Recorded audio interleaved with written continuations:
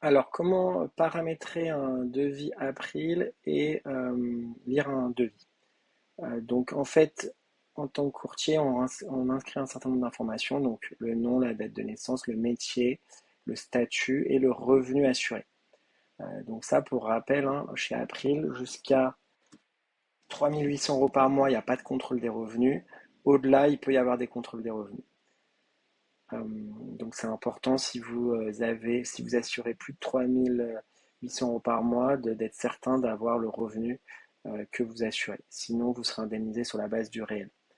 Euh, Vous avez la possibilité, donc là, je vais vous dérouler les différentes options. Donc vous avez la possibilité de faire un devis en âge à l'adhésion. Donc là, ça veut dire que le prix n'augmentera pas en fonction de l'âge. Il peut augmenter en fonction d'autres paramètres, comme la sinistralité de l'assureur. Est-ce que l'assureur a des bons résultats techniques? Est-ce qu'il y a beaucoup d'arrêts de travail parmi ses assurés?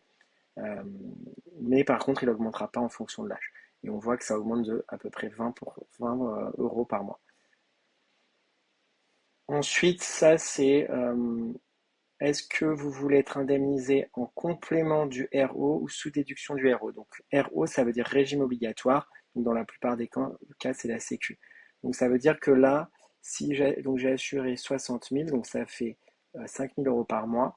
Euh, Si jamais j'ai un arrêt de travail, l'assureur me garantit 5 000 € par mois et va venir enlever ce qui va être perçu par la Sécu, qui va être entre 0 et 1 900 € par mois, qui est le maximum. Quand on met en complément, donc là on voit que l'assureur garantit 165 €, y compris sécurité sociale. Quand on met en complément 2, l'assureur ne va pas venir regarder les revenus. Par contre, du coup, il va verser que la part prévoyance et pas la part sécu. Donc si notamment vous venez de créer votre entreprise, que vous n'êtes pas vraiment éligible aux aides de la sécu, il ne faut pas mettre en complément parce que du coup vous allez toucher moins. Euh, En vérité, moi de mon côté, je mets tout le temps sous déduction 2. Je vois pas trop l'intérêt de en complément 2, à part si on assure plus. Mais dans les conditions générales, il y a quand même marqué qu'il peut y avoir des contrôles des revenus. Donc honnêtement, cette option, moi, je la trouve assez inutile. Euh, Ensuite, on a capital décès. Donc là, chez April, on peut mettre ce qu'on veut. Le classique, c'est 3 fois, donc c'est 3 fois 60 000. Et après, on peut réduire, si on le souhaite, 120 000. Donc ça, c'est souvent ce que choisissent mes clients. On voit que le contrat passe à 61 au lieu de 65, donc c'est pas non plus une grosse différence. On peut ajouter doublement par accident, donc ça c'est si jamais vous décédez par un accident, ça double capital décès, donc ça c'est pareil, c'est pas très utile. Rente pour le conjoint, donc ça c'est très peu souvent choisi et c'est extrêmement cher. Donc c'est une rente qui est versée jusqu'au décès du partenaire, du conjoint, si vous décédez en premier. Donc pour vous donner une idée, pour 900 € par mois, ça a double le prix, donc c'est quand même assez cher. Rente éducation, c'est pour les enfants, donc pour vous donner une idée, si on met 500, euh, si on met 500 €, donc ça veut dire que c'est 1000 € pendant les études, ça va faire.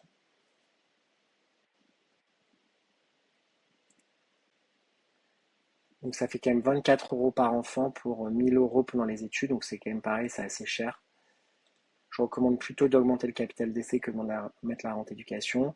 Les franchises, donc 30 jours, c'est maladie, accident, hospitalisation. 33,3, c'est le classique. On peut prendre 15,33, ça passe à 65, ou 7,33, et là ça augmente beaucoup.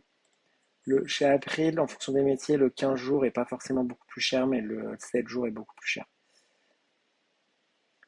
Le 100%, donc ça sert pas à grand chose. C'est si jamais on veut être indemnisé pour moins que ce qu'on gagne. Mais c'est pas, enfin c'est un peu une option qui est pas très utile. Donc ensuite on a l'invalidité. Donc là c'est pareil, ça garantit 5 000 € par mois, y compris Sécu. Donc si vous êtes très invalide et que la Sécu vous verse une rente, du coup elle va être déduite, ce qui est versé par la Sécu va être déduit des 5 000 € par mois. Et donc la rente on peut la faire démarrer à partir de 33 ou de 15. Donc quand on choisit 15, ça augmente beaucoup. Ça c'est pas forcément indispensable vu la différence de prix que ça a, parce que c'est pour avoir une petite rente en cas de petite invalidité. Et après, vous pouvez choisir d'être que l'invalidité soit calculée sur un barème croisé, ce qui est très bien pour la plupart des professions qui n'ont pas, dont le métier n'a pas d'impact physique important. Mais dès qu'il y a un impact physique important pour les professions médicales, il faut mieux mettre le taux pro. Et là, ça augmente de 10 euros par mois.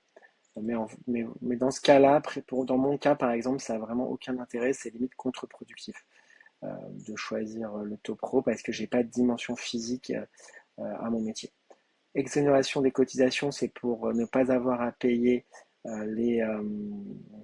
l'assurance si jamais vous avez une invalidité ou un arrêt de travail qui dure.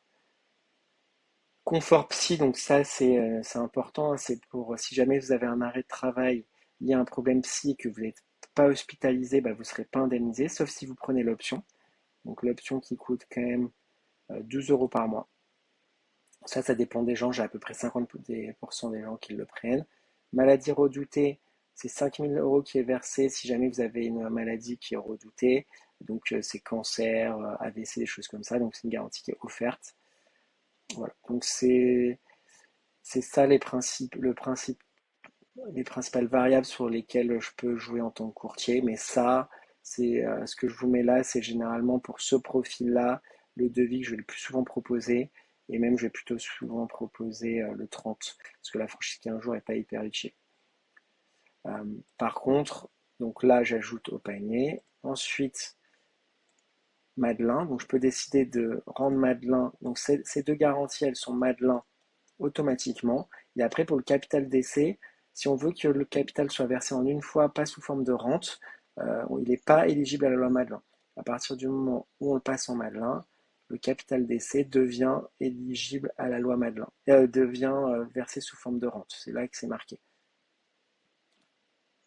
Voilà. Et après, ce qui est important quand on est gérant majoritaire comme moi, c'est de savoir que s'il y a un arrêt de travail, tout ce qui va être versé par la prévoyance, ben, je vais devoir payer l'URSSAF dessus. Et donc, moi, je recommande d'ajouter des frais généraux qui vont permettre de payer les charges sociales sur les indemnités versées par la prévoyance. Donc du coup, ça ressemble à ça. Donc là, je remets généralement la même franchise.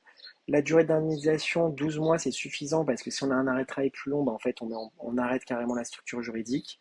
Et donc là, pour 5 000, moi, je recommande de mettre à peu près 1 500 € de frais généraux pour payer les charges sociales. Il n'y aura pas la totalité des charges sociales à payer parce que sur la partie sécurité sociale, il n'y a pas tout à payer.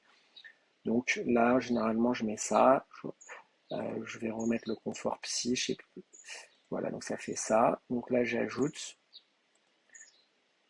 Donc ça, je le recommande, c'est pas souvent proposé, mais il faut vraiment avoir en tête que quand on met 5 000 de revenus assurés, c'est pas du net, c'est du brut. Donc pour que ça devienne du net, il faut ajouter ça.